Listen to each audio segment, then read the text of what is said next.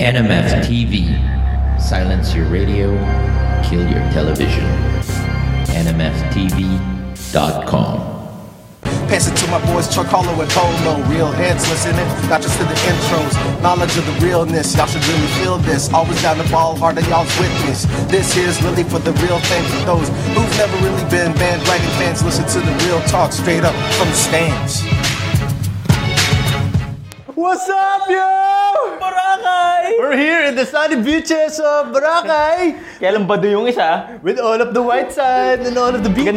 Ang ganda no ang ganda nung sandcastle. Ginawan talaga kami, pare. Oh. Move back. Sorry. Parang Mali. Ang ganda. I'm just gonna say there. Ang ganda, di ba? What's up, guys? This is episode 6 from Stands. A very, very sunny episode. To my left, you have Polo Bustamante. What's up? He's flying in like, A few minutes. Baduy kasi. Nandun pa eh. Ako nauna na Ako dito, nasa Boracay ako dahil sa kanya. Saturday pa lang nandito na ako. Yeah. Advance party, bro. But in the meantime, my name is Chuck Araneta. Oh, there he is! There he is! He just flew in right here! Ay, ni Bobo. Bukas pa naman yung game nila eh. So, may time pa siya. magpa-fly in ka na lang back to Manila tomorrow, no? Wala problema. To my right is Carlo Pamintuan. Okay, what's up, guys? So as we said, we're here in Boracay and I can't feel my eyes anymore. Sobrang nakakap yung gagawin sa akin. But we love this place. We love hanging out here, seeing familiar faces. Rocking the mark. Yeah, we're rocking the Mark Fingers jersey as I promised. Speaking of jerseys, someone just gave this to me. What? Wow! Para daw Baliktad mo. Binato, pare. Did you ever at any point Shout out. of this day attempt to throw a ball sa shot clock? Hindi nga eh. It just fell from the sky. Shout out to JJ Hilterbrand. Hey, we saw some familiar people here in this trip to Boracay. We took some pictures. We want to share it with you right now. Look at that. It's our friends. Diba? Ba't tumaba si Jumpet? Ano na siya eh? Bro, it's on vacation. Hindi mo kumain ng lempo. Chill siya, pare. Ang iksi ng shorts ni Ellie. Tsaka si Sol, medyo body fit black. We also saw some other people, as you'll see. Nag-sailing. Kinaya. So, Kagiwa. Ariel yan, pare. It's an Ariel. Junmar. Ariel yan. Oh, that's very smart. Now, who else did we see on our trips to Boracay? One more. I think there was one. Ayun! We saw Calvin. Do you see the Romeo. windblown hair of Romeo? It's windblown. Kabagi is just hanging on for dear life. Sino yung isa, Chuck? Ano? Sino yung isa? Yung masungit, oh. Sino yung in between Jake Pascual and Calvin Abueva? Sino in between Jake? Sino yan pa? Wala ko na may grado. Did you just make me do who we play for all of a sudden? I hate you. Sino yan, Polo? So, di mo kilala? Sino yan, Polo? Sino yan? Sino yan? Scarlett Dehesa from Kia. What's wrong with you guys? What's wrong with you? What's wrong with you? Yeah. I can't see. I don't care. I'm here on vacation. Hindi, naka-shades ka kasi. I can't feel my eyes anymore. Okay, so I'm just gonna take this off for a while. Medyo weird. Weird, no? Sige, so since we're here in sunny Boracay, we've had time to reflect also on the teams who are here with us. Let's start first with a shout out to the great Alaska Aces. Yep. What a shock. Should I leave you two? No. Should I get Jonas while you guys are talking? I'm just gonna say... It was shocking. The shock was shocking. I'm just gonna say that we went down, Alaska Aces, they went down fighting. Mm-hmm. And that's all you can say when you're going up against a team like Purefoods who clearly just want to destroy. They're basically being Brock Lesnar right now in the PBA. They just F5'd us through a table. Twice. In game 1, in game 2, nag-Superman punch nakapag-spear pa akong Superman punch, pero wala eh. Bumangon uli sila eh, di ba? So, I thought na even though the Aces lost in the quarterfinals, they still made a good account of themselves. I think so. I mean, considering all the injuries that they had to face throughout this entire conference, they didn't give... We look stupid trying to be serious right now. They didn't give up. They didn't give up. I mean, for you could say na even SMB packed it in for a moment till they suddenly had playoff chance again. Then they started fighting. But, Alaska just continued to do their thing. They just continued to be Alaska no matter who the personnel that that they had on the floor. Yun lang. But you guys were just overmatched against a hungry Purefoods team. So how fun was game 1 for you, Carlo? Weird, pwede mo huwag mo yakapin. Stop it. So how fun was game 1 for you? It was surprising. I was very much. No, you weren't. surprised by- What? I remember. You weren't surprised at all. When Ginebra was facing Alaska, I told Jack, sabi ko, dude, if you win this game and be the 3rd seed, you will beat Purefoods. I clearly remember telling him that. Alam kong mananalo yung Alaska against Purefoods. They were favored to defeat Purefoods. So I was utterly shocked with what I saw in game 1. Paulo, you know what? I heard the different story. I heard kasi from someone na sabi niya, congratulations, your team won. I was like, oy, thanks. And then he said, We're gonna murder you. You do know we're gonna murder you and eat your children, right? The eat your children part, di ko na Si rinig. Mike Tyson yun. Pala. But the first part, I do remember. You know what's But funny? it was really just the luck of the draw. You know what's funny? Mark Gagiwa looks smart not shooting that Sige, gusto nyo Purefoods, ha? Ito. Ganda-ganda ng play nyo ng dulo, ha? Ito sa inyo, mag-Purefoods kayo. Really? We're gonna talk about last place?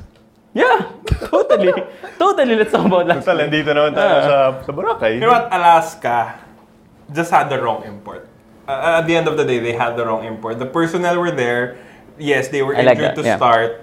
JV and Sonny were never healthy. But at the end, you can't compare James to the other 4 imports who are still competing right now. At the end of the day, that's it. Shout out also to the great Kenito Henson, who said that the problem with Damon James is he doesn't have the killer instinct, not unlike Denzel Bowles. Shout out to Kenito Henson. Felt good. Denzel Bowles had so much killer instinct. His eyes were red. Rage. Yeah. Ayun, so I can't ask for anything more. 7-game series and all Filipino, and then they fought and made it to the quarterfinals. I hate you. Okay, who's the other team we need to talk about NLEX. now? NLEX. Because we picked... Let me put on my genius hat. We picked NLEX. You're 2 for 2. Yeah. So far. No. I just want to say, and before you say anything, Chuck, unahan na kita. I totally reverse jinxed the NLEX. No, you didn't. I was so... Norman Black, I never lost faith in you. I knew that, when you get your lineup healthy, kaya mo yung NLEX. I think that NLEX was just too predictable. And they've been too predictable for their entire maiden run in the PBA. No, you didn't. Yeah, no. I completely totally thought of that. I totally thought... Right now, I'm going to come clean and say that, Meralco, I got you guys. I'm going to come completely clean and say I really thought NLEX was going to win. I'm not going to do reverse heel turn. I thought that Al Thornton was not going to be able to be defended by a slightly injured Davis, and I thought that Taulava and Jonas V and all those guys would... I can't take you seriously with it. How about now?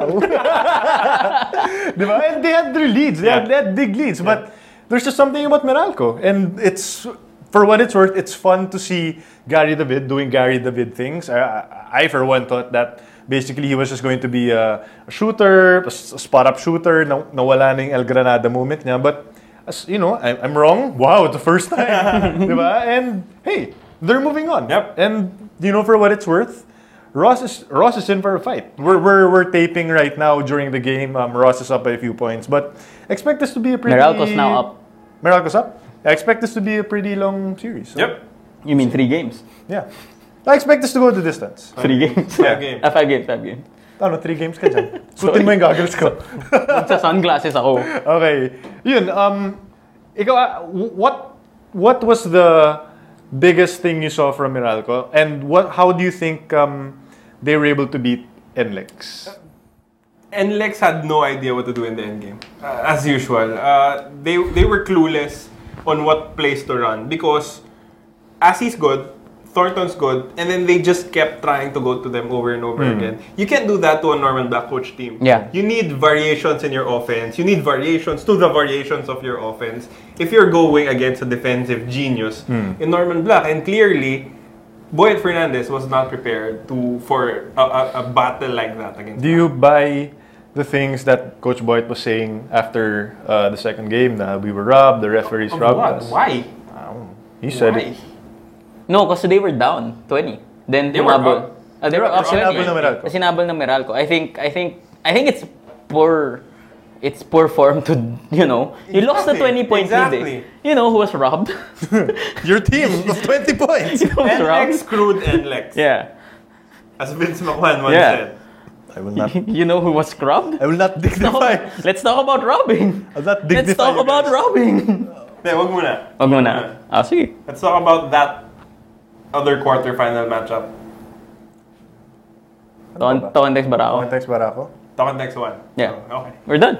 We're good. We've talked about talking text for like 3 minutes since we got here on NMF. Yeah. Total. Total. 3 minutes.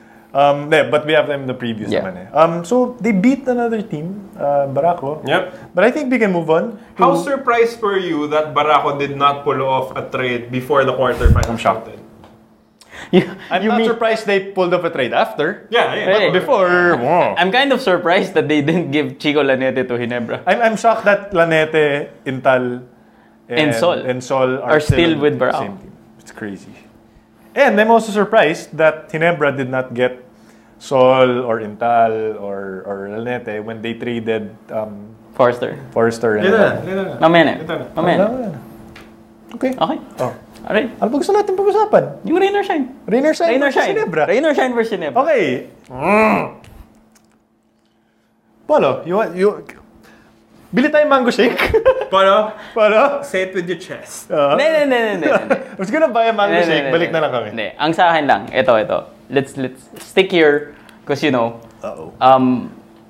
Should have queued up the last plate. No, but first of all, Ginebra actually played well up until the fourth when they decided to inexplicably bench their leading scorer. Inexplicably for a long period of time. No one could understand why Greg Slaughter, who was, 24? 12 of 15, Yeah. 26 points. Pretty good. Wasn't I would give him the ball. He outplayed Donegan. Yep. He outplayed their import who has been carrying them. So yun, there's that. I'll talk about the officiating. That should have been a shot clock violation. That was a shot clock violation because hindi mo alam, hindi clear kung nakanino yung possession eh. It was only clear by the time Jeff Chan actually broke away. And it happened in the next day in a US NCAA game. They called it. They stopped the play kahit na may fast break Nakalamang opportunity. So it should have been a shot clock violation and it cost us the lead actually. It was a bad call. It was an awful call and it's just further proof again, as I tweeted, that PBA officiating sucks balls. Totally sucks balls. But They still had 4 seconds. they still had around 5 seconds left. Can we, rewind lang tayong konti. Rewind lang tayong konti. They had a 1-point lead with 30... Yeah, around 34 seconds left. And what play did they It was LA. The thing I remember, and I haven't watched it, I don't know how exact this is. LA ran to the baseline. He was met with JJ Helterbrand and Mark Agiwa both cutting towards him. Yeah. So that's 2 extra defenders On a baseline play. baseline cut with Dunnigan's defender also there because he was way out in the 3-point line. First of all, what was Mike Dunnigan doing in the 3-point line? What was Mike Dunnigan doing that entire game? Second of all, why were there 2 cutters going to the ball? And third of all, why was there no play? Anyway, go ahead with your 4 seconds. No, 4 seconds left. Opportunity to win. I mean, I'm at a loss for words eh. Kasi, ito Sorry, Ginebra. Yeah, sorry Ginebra, but tipong 4 seconds left, ibato mo na lang kay Greg, pabayaan mo na siyang kahit fumade away pa si Greg from the 3-point line. Basta take mo eh. Oo eh, binuhat ka ni Greg eh. Can you relive the play? Chuck, ikaw na. Who's inbounding? JJ Elderbrand. JJ Elderbrand was inbounding. He inbounds it, he gets the pass right away. And he drives from the left side to the top of the key. Exactly. Swings, goes to the other side. Okay, if you have time, look at the play, I tried to look for it. There is a moment when JJ Elderbrand is lying at the perimeter. There was so much space, literally, because in fairness to him, the play that Ginebra ran up to that point, it was okay because nalito si Norwood. He had no idea where the JJ Elderbrand was going to take the last shot. That's brilliant. That's genius. It's a genius. That's a bait and switch. Yeah, it's a genius. Na parang okay, the veteran will inbound the ball. He's probably just gonna wait for a kick out. No, he's gonna go all the way. Yeah. Diba? So he goes all the way. He gets space. JJ Elderbrand probably made like 2 or 3 field goals in that game. If I'm Ginebra, I'd be okay with him taking that jumper. It wasn't a 3. It was a mid-range jumper, and he had space Against a shock. Against a shock, Gabe Norwood, who was frantically trying to recover. I turn it over to you. What happens after? Then he drives, attacks the basket against an all-world defender in Gabe Norwood, flings it off the shot clock. Game. We're done. Parang yung ending kasi ng basketball game, it's supposed to be either extreme happiness or extreme sadness from this shot. Sadness, yeah. The reaction I got from that shot was, what the hell was that? hindi pwedeng confusion, no? What the hell was that? I honestly wasn't surprised. I mean, it's Ato Agustin. He's been designing wonderful plays all season. I mean, I wasn't surprised. 4.9 seconds left. Sabi ko, Ginebra had the chance to win. Will they give it to Greg? No. Will they give it to JJ? No, I didn't think they'd give it to JJ. But they did. It's just further symptom of what's been ailing Ginebra. Lack of identity, a lack of a lot of things in reality. 2 things. One, Alaska's play against Ginebra was amazing. Exactly. Was amazing. Yep. I mean, everyone cleared out, cut import, easy layup. Yeah. They did that in about 2 seconds. Ato Agustin and the rest of the Kings had 4.9. And that's like... That's a lot. He was thinking kasi if he should insert Boracay for a final drive or not. for an inbound pass. An inbound pass. Because he's the master. Yeah. Second of all, the classic picture of this entire Ginebra campaign for me was... You mean the run and gun campaign? Yes. Was Ato Agustin explaining his play to Al Francis Chua after it happened. Parang, kasi dapat pumunta siya doon. Si mukha ni Al Francis. Tapos, dapat pumunta siya doon. Tapos na-shoot. Dapat ganun yung ano eh. Si Al Francis parang... Hindi siya nakasal. Are you serious now? Si ano kasi parang... Seriously? Kasi yung ano, dapat pupunta siya doon. Akala ko pupull up siya. Wala. Okay. But immediately after Ginebra lost. In fairness, Ginebra, you guys moved on quickly. From my reliable sources. Nasa airport na si Dylan Ababu at saka si James Forrest. Papuntang Boracay. Kamusta dito? Tumawag sila. Tawagan sila. Bro, you were traded. There's a van waiting for you downstairs. Hahatid kayo sa Puerto Galera. Kasi, bro, White Sand din yun. Okay naman daw. Pwede na. Andun si PJ Ramos. Ako, from my sources naman, naka-check-in na sila. Sa Ginebra block of rooms dun sa hotel. Kaya lang, pinalipat sila dun sa Barako block of rooms. Isang hotel lang yun para isang OR lang sa SMC. Isang bangka ka. Isang bangka ka. Para group discount. Bank of Commerce? Yeah. If I wear these goggles, will like be invisible. Okay, we need to take a break kasi ang dami pa natin No. sa preview. No, but here's the thing. One last thing about... We didn't even break down the trade or Coach Frankie siring. No, okay, here's the thing. The trade for... Coach, Coach Frankie Lim as head coach. I need you guys to fill in the blank. The signing of Coach Frankie Lim as head coach of Barangay Ginebra is blank. Is blank? What is it? Like, fill in the blanks for you. Was it a genius play? Was it a panic move? Was it a... It's honestly it's unproven. Not that Coach Frankie is unproven, but again, it's another coaching change. I said this I like the hiring, but conditionally. Kasi kung i-hire nila si Coach Frankie, tas hindi rin nila bibigyan ng control over the team, and he's still going to be coaching. He's still going to be watching his back the entire time. To clear things with... He still has to explain the play to Al Francis. Then, mapapahiya lang si Coach Frankie, sayang lang yung oras. It's just gonna be another name on the chopping block that has been the coaches of Ginebra. But what I really want for this to happen is for Ginebra to come out with a statement saying parang how coaches in the NBA get hired. We're hiring Coach Frankie for the next 2 years to run the entire program. At least then may accountability yung Ginebra if they fire Coach Frankie within those 2 years. Stop playing in the shadows. This is something that I keep on telling Ginebra. Stop playing in the shadows. Get out. Announce it na Coach Frankie is gonna be your coach for, kung sabihin mong 2 conferences, at least maintindihan mo. At least Coach Frankie knows what timeline he has. Hindi yung he always has to watch his back. And this did you think Coach Ato needed to go after this conference? Oh yeah. I mean, that's been clear. He needed to go before that play. Yeah. Totally. Kasi maganda naman yung play ko sa inbound si JJ, no? Invisible. Invisible.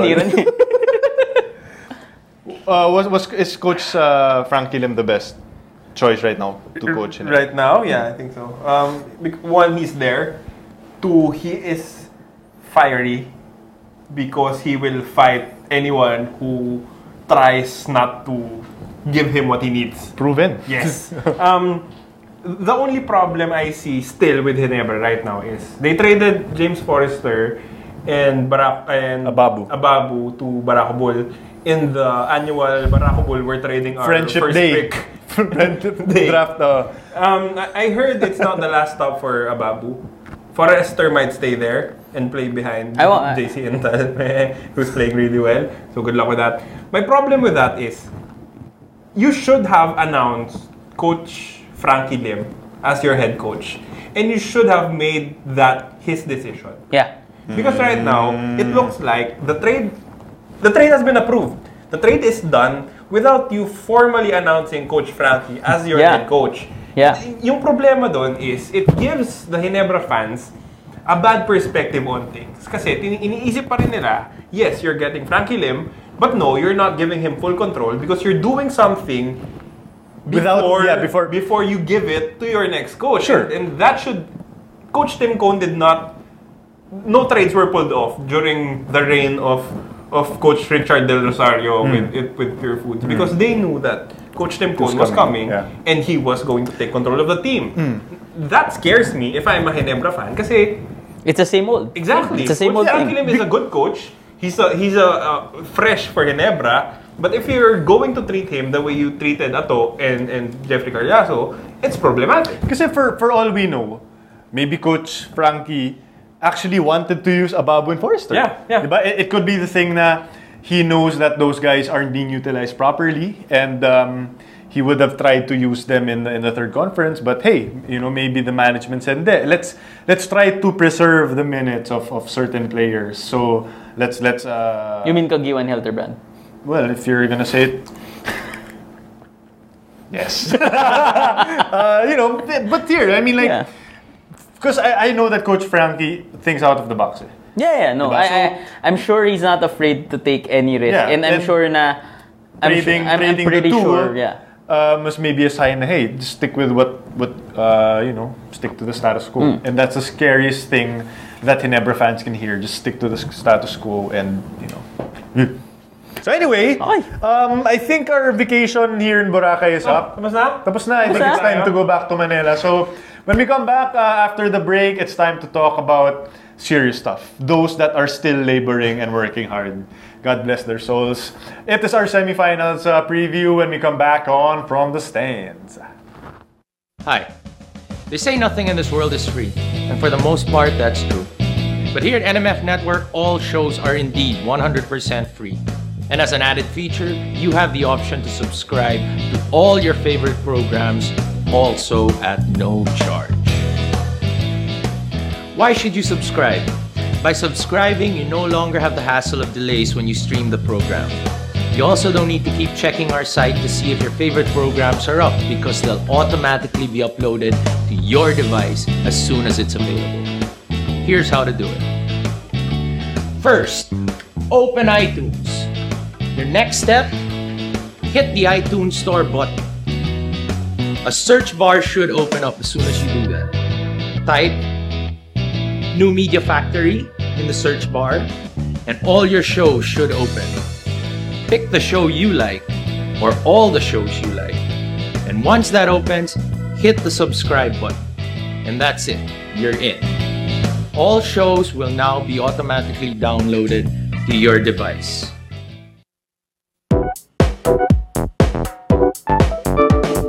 Hello lady, think I've sorted out all I've got to say. Now grab the cup and fill me up. Let's be honest, 'cause I've been thinking lately about the way you make me. My words are getting wavy. Let the beat come and save me. 'Cause when we dance, we swing the same way. And when you talk, your lips move so dangerously. I hear you talk about something dirty. Oh no, lady, would you swing my way? Lady, lips so sticky sweet. Lady, let me swing like I like it. I am super free. Let me swing my way.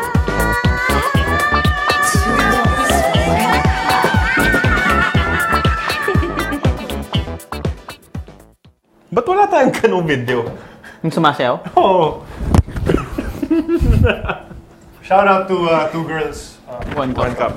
Our friends here on nmftv.com. You're back for the second half of From the Stands. This is the semis previews. I kind of miss being in the beach. Yeah. Kind of miss it. I hate having to wear Normal. my long sleeves na naka-button. Ayaw mo na yung goggles mo. Okay, nakaka-miss it. Okay, so the first series we want to talk about is Rain or Shine versus Meralco. Yeah. And right now, while we're taping this, I think RoS is comfortably ahead. Yeah. To the score of 87 to 76 now. But I still think this is going to be a very competitive series. I think it's going to be a very physical series. No? These two teams have history. Yeah. Diba? They have a lot of history. Sige, Carl, you want to just sort of break down what's the storyline of maybe Rain or Shine moving into this thing? Rain or Shine is just going through a process. It's Rain or Shine. It's Rain or Shine. It's Rain or Shine. It's Rain or Shine with a much better Chesem. And they expect nothing less than a stint in the PBA Finals. Yeah. Nothing less than that. A championship would be awesome, but a semi stint would not be enough for them. Right Sawa now, na sila sa semi. exactly. Right now, they're taking on a hungrier Meralco team. You know, a lot of those guys haven't won championships. Gary David has not won a championship. And all of their young guys haven't won anything in the PBA. You add to that a coach Norman Black who was Demoted. transferred Transferred. to Meralco. And you have a hungry bunch who want to get to that spot where Rain or Shine is.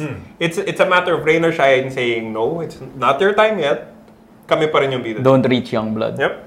But we've seen Meralco in this situation before. We've seen them stand toe-to-toe with Sammy Coffee when I predicted that they'd win a championship. Diba? And predicted that Cliff Hodge was going to be BPC. If he made it to the semifinals last conference. Is there anything you're seeing from Meralco right now that makes you think, hey, you know what, maybe it is their time? You know what I like about this matchup? It's a matchup of two of the more dynamic lineups in the league. Unlike the other teams na strictly point guard, shooting guard, small forward, power forward, center, mas dynamic yung mga matchups na makikita natin. You have Josh Davis who can play anywhere from 3 to 5. You have Cliff Hodge who can also play anywhere from 3 to 5. Then Gary David resuscitated his career. Can we take a time out? What is going on with Gary David? I think Seriously, I think we need to talk about Gary David. For me, he is the reason why Meralco is in the semis right now. Ikaw muna. Go. Sige. I think Gary David changed up his game from a scorer to a shooter. Gary David now is playing more like Reggie Miller, running off screens. He's basically being used in a Kirk Long, Eric Salamat role like Norman Black did for Ateneo. He's more off the ball rather than him having to create offense. So parang it's Gary David more of being a shooter. And because nga their lineup is so dynamic, minsan pag nag-switch ka or mabagal ka or whatever, nakakakita si Gary David ng mismatches. He has openings that he wouldn't normally have if it were just him getting the ball at the top of the key, trying to create for himself. One, Gary David had zero confidence after Gilas. Yeah. Zero. Zilch. Second one was he made it to Meralco's training camp days before Meralco had to campaign in the Philippine Cup. That's why John Wilson got all of the time in the world, because he was there. Now, it's not the case anymore because it's one complete conference and a complete off break for Meralco and Gary David. That's why he's being back to... So it's really just being able to rest. I think so. I think rest and being able to familiarity with and then as Polo said, it's a more defined. But it's really just... You mean continuity works? What? What?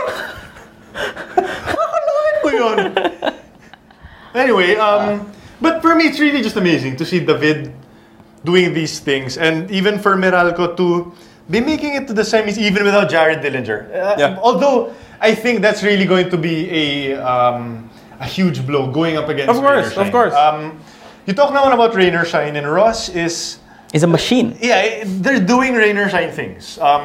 You know what's in store for you when you're playing against Rainer Shine. You know you're gonna get pounded physically.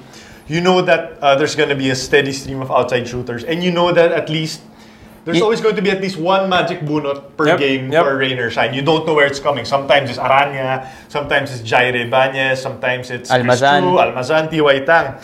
But the thing, I guess, the question I have for you guys is, Rainer Shine, I say this a lot about Rainer Shine, and I've been saying it a lot lately, but they can get very, very cute with their rotations. And it almost killed them against Ginebra. Yeah. When they started T.Y. Tang in the third quarter, and he was just ice cold. I mean, wala naman tayong, no disrespect to T.Y., but he airballed 3 triples in one possession. And he probably got blocked on, I think, 1 or 2 of them as well. So, do you think that against Meralco, obviously this is not a Talk and Text or a Purefoods, but do you think that RoS can still they can still afford to tinker and to experiment with their lineups instead of just sending out Lee, Chisholm, Norwood, Chan, and Belga out there? You know what the good thing about Rainer Shine is? They're in it for the long haul. Meaning, if they can fix the minute limits on some players, that means healthier, fresher legs when it comes to the finals. That means healthier, fresher legs when it comes to the next conference. So, Rainer Shine isn't thinking strictly on just this matchup or just this. I'm saying they're looking. I'm not saying they're looking ahead. Okay. Sorry. It's just their process. It's their system. Na hindi mo na mapapalitan yun. And like I said, they have one of the more dynamic lineups. So, against an unconventional lineup like Meralco, I think they can play around a bit and somewhat get their guys reps for if they do advance to the next at least may confidence yung mga bata nila moving forward. Who do you think is the biggest mismatch of Rainer Shine versus Meralco? Paulie. Easy. I have a different answer. Oh. Good job. Why Paulie? Paulie because no one can defend him. Norwood can defend him, but their teammates. He'll post up Mike Cortez or blow by Mike Cortez. Sino pa ba yung nandun? Mike Cortez, Karam, Jai Reyes, who are not half of Paulie's size. Physically. Not the heart. No. Hart naman is Hart's complete. Ikaw, who's your pick? You know what? I had he was on my top of mind, but then I looked at Meralco's defenders and I thought makakaya siya. But I think Raymond Almazan is going to have a good series. Lengthwise, yeah. Raymond Almazan is starting to blow up before our very eyes, and it's pretty cool to see. I mean, he killed Ginebra in the quarterfinals, and he's just really starting to develop a nice little rounded game on offense, and defensively we know he's there. This is where yung saan pumapasok yung ginagawa ni Coach Yeng with your cute lineups. The product is that Raymond Almazan playing well. Yeah. Because he was part of the cute lineups in the Philippine Cup. But you know what? Coach Yeng stuck to it. Ganun yan eh. You can get a 20-point lead against Rain or Shine, and they'll let you back into the game because they'll get a weird lineup and stick to it. Ganyan si Coach Yeng eh. But at the end of the day, you get confidence. Almazan is more confident now than he has ever been. And He's hitting threes. Exactly. If you look at that, he airballed 1-3. Chicken Joy. 2 minutes before hitting the game-tying then he three. hit another one. Exactly. Yeah. The follow-up dunk. Yeah. All this time, Greg Slaughter was not getting the ball. It's fun. Yeah. And that's your number one pick. Yeah. Well, my only problem man with that whole cute thing lineup of Rain or Shine is parang okay, going back to Almazan, like there are times na like Almazan is red hot, but because of the rotation, he's still going to get subbed out. Yeah. And you know, for me, there are times na that can come back to haunt Rain or Shine, because it's not like Almazan is like this young guy and this veteran who can only play 20 minutes. I mean, he's what, 20 young 20s, and he can play like 30 minutes easy. So again, we know that RoS won game 1. Paulo, do you think that this is still a winnable series for Meralco? Or do you think that Rain or Shine? I think it's gonna be a battle, if anything. Norman Black will adjust. Jenny from the block. Norman Black will adjust, and for sure, papahabain niya tong series na to. I don't see it being easy for any team. Unless Josh Davis gets like 10 blacks per game. I know. I was struggling. I think now Jared's not there, so there are 3 or 4 pieces short from a real championship run. But I think it's a good thing that they found Josh Davis now. Yep. So because he should be their import moving forward. Yeah. Pero para sa akin, I still think Rain or Shine will pull this off. I wish it was Josh Davis. I just can't watch Mario West anymore. I just can't watch Mario West drive then shoot 30 free throws a game. Anyway, the last series. Oh my goodness, this is gonna be fun. Yeah. Talk and Text versus Purefoods Star Hot Shots. Okay, the last time this happened, the fourth quarter started. The fourth quarter started. I was driving home from Tagaytay. Traffic was a breeze. Everything was okay. I get to Cubao. Game pa rin. Hindi pa rin tapos yun. These two teams are like evenly matched. Is that fair to say? Like if you go to triple overtime, I think it's fair to say your teams are evenly matched. Yep. What's one thing that can swing the tide in Talk and Text's favor? Matt Ganuelas Rosa. I'm sorry, Ivan Johnson's a clear choice. Obviously, he's a monster of an import. They can't guard each other. Who? Like Bowles and Ivan Johnson. Yeah. No. Johnson can guard Bowles. I don't think Bowles can defend Johnson. Really? Ivan Johnson's a clear choice. I don't think Ivan can guard Bowles. No. Okay. Say that to Bowles. Hindi naman to dahil sa rage sa mata niya. I'm saying Bowles can't be defended by Ivan Johnson. Okay, let's get to that later. Okay, anyway, Ganuelas Roser for me is the most versatile player on Talk and Text. And if he'll be deployed as a plug-and-play guy against PJ, against Ping, against James, then you have an able defender for whoever weapon Purefoods has.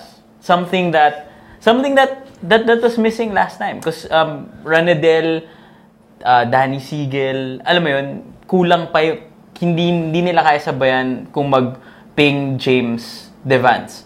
At least ito, you have someone like Ganuela's roster who can physically, athletically match up with whoever he wants, whoever Coach Jong wants in Purefoods.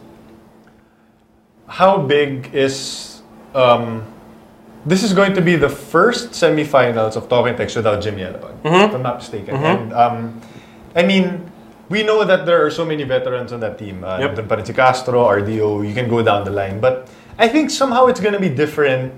Like looking on the sidelines, if you're talking and then thinking, my God, wala si Jimmy Alapag to bail us out. Yeah. That's going to be, I think that's really going to be a storyline in the series for Talking Text. I think so, but if you have a guy like Jason Castro in your team, that tends to overshadow everything else. The only problem I see with Jason Castro is when push comes to shove, he tends to settle for the 3. Yeah. When he got that 3, that has been a problem for him for a while. I'm not saying that he can't shoot it. Jason Castro is a really good shooter. The last 2 minutes. If you make him shoot 10 na unguarded, no pressure, I'm sure he'll make like 8. He's that good of a shooter. But then, if you're as skilled as Jason Castro, in getting to the basket, you're more dangerous going to the basket and creating for everyone else. Yeah. Jimmy Alapag was your designated 3-point shooter for Talking Text. Now, if that role is vacated, and if Jason Castro thinks that filling in that role will help Talking Text win, it could be dangerous for them in the end game. You want to say something? No. I just back on the Jimmy Alapag point. Yes, it could change the way Talking Text thinks na parang, okay, we don't have a Jimmy Alapag to bail us out. But it could also empower someone like Jason Castro to think, we don't have Jimmy Alapag to bail us out. It's my time now. Yeah, so, well, the thing is then about, although just to counter your point, I mean, Castro has been trying to be the closer for a while. a lot these past few games. Yeah. And I'm still not sold on Castro, the closer. I'd still much rather have RDO. Why are you laughing? Nothing. Are you looking at my cleavage? Or? No. Nagulat lang ako na you're not sold on Castro. No, as a closer. Okay. You think it's RDO? I still think it's RDO. I still think RDO, when Talk has the ball within like 5 seconds left, and they need a shot, they need 2 points, it's not going to be Harvey Carey driving down the lane. Well, we're sure that whoever's gonna be getting the ball, it's Ping who's gonna be on them. Yeah. That's why you give it to RDO. Yeah. At least he'll be able to elbow Ping before yun. Yeah. Going naman to Purefoods, is there any team that's going to stop the Purefoods star hotshots? Right? Talking Text. You know what? To be perfectly honest, I think the winner of Purefoods versus Talking Text should be the favorite to win it all. Except if it's Purefoods. Yun yung Western Conference natin. Yun yung Western Conference. Yeah, I think so. Talking Text was 1 inch away from beating Purefoods in the first game. Diba? It's that Ranidel de Ocampo 3 na naging 2 points. Are you still talking? And they could have won that. I think Talking Text is prime for a championship run. Like how Alaska was prime for a championship run. Are you still talking? Oh, man. No BS. Purefoods is scary. They have an import that they're used to. They have. Can I just talk about that import? Sige. We beat Denzel Bowles the last time he was in the Philippines. Yep. We eliminated him. And because he was injured. Yeah. Well, anyway.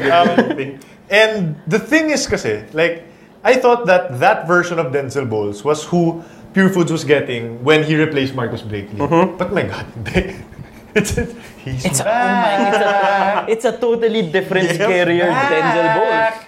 And, you know, there are some things about Bowles na, like, he can't shoot threes. He settles for, I mean, not settles, but he shoots mid-range jumpers. A lot, diba? And, you take 1 step back, you know, it's not gonna kill you. But he is terrifying on defense. And he can finish down low, he can dribble, he can do everything. And he's monster balls, man. He's back. Well, but you don't think Ivan Johnson can defend it? Nope. Seriously? Nope. Why? Because he's Denzel Bowles. Because Denzel Bowles is going to start from outside the key. Bigay ko yung address nito kay Ivan Johnson. Oo. Tingnan natin ko ano. Sisi Calvin, help a brother out. No, but I think that Purefoods, they're gonna change their game and they're gonna try to put Ivan Johnson outside. Ako, in the battle of the imports, I think Talking Text has the advantage there. Agree. It's the battle of the locals na feeling ko papanalo. Because you're talking about Denzel Boss, but Mark Baroka, Joe Devance, these guys, they're playing in a system that they can run in their sleep with an import na sanay na sila. I disagree. After your Alaska Toka beating. Yeah, okay, no. sure. Here's the thing. If you, ako lang to, no offense, bro. Yeah. I think that, like, if you're talking about locals, I have to give the slight edge to Talk and Text.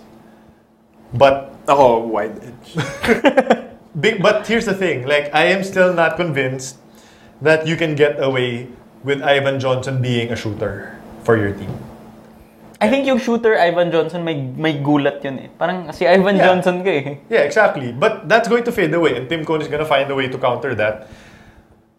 That's why I think that the bowls thing is going to be what propels Purefoods to finals. Yeah, predictions. Sige. Genius!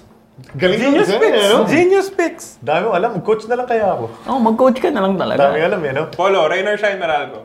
Rain or shine? In 4. Rain or shine in 3. Well, in fairness, I called something right. Rain or shine versus Ginebra. one game. Yeah, one game. Wow! You knew that Ato Agustin was going to mess up that play. Where's that jersey? Where's that jersey? No, okay lang. Oh, I agree with Paul. Rain or shine in 4. You guys can give. You can predict a sweep, you know. Hindi naman siya bawal. No. Gary David would prevent a sweep. Okay. Norman Black would prevent the sweep. Okay. Purefoods stock. No reverse jinxing whatsoever. No reverse jinxing. No reverse jinxing. No reverse jinxing, ah. No reverse jinxing. Purefoods in 5. I've seen the future. Oh, text. Nope. I cannot not pick the team that beat us by 30 points. I cannot not pick the team that can close out a close game, a tight game, by doing all the right things. Talk and Text in 4. Purefoods in 4. Purefoods in 4, sorry. Purefoods in 4. No reverse jinxing No whatsoever. reverse jinxing. Talk and Text in 2. No reverse jinxing whatsoever. Okay. I love that he didn't give a prediction, oh. We're sleeping on Talk and Text, right? You are? I am. But I'm just... He gave Talk and Text the slight advantage. No, I said Local. Purefoods! I'm Purefoods. No, I changed. but you said they have an advantage in the Locals. locals, pero Denzel Bowles will. Okay. I think that's fair. Just clarifying. Fair point, fair Just point. clarifying. Okay. So those are our previews. So we are predicting that next week, kasama natin sa Boracay ang Meralco Bolts at saka ang Talk and Text Tropang Texters. Fair lang yan. Kasama si Carl dyan. Yung MVP hotel to. MVP. Okay, MVP hotel. Weird black one. That's gonna do it for this episode. Thank you again to nmftv.com for Accommodating housing us. this ridiculousness. I hope we can come back again next week. In the meantime, you guys, please subscribe to our page, to our podcast page on Apple iTunes. Just search From the Stands. Subscribe so that you guys will be first in line for all the new episodes as they come up. My video and my audio. And have fun. All right. To my left is Paulo Bustamante. To my right is Carlo Pamintuan. And we will see you next week for another episode of From the Stands. Happy Holy Week, everyone. The views and opinions expressed on any program are those of the persons appearing on the program and do not necessarily reflect the views and opinions of the New Media Factory. Some programs on this network might include strong images and language and may not be suitable for all audiences. Viewer discretion is advised.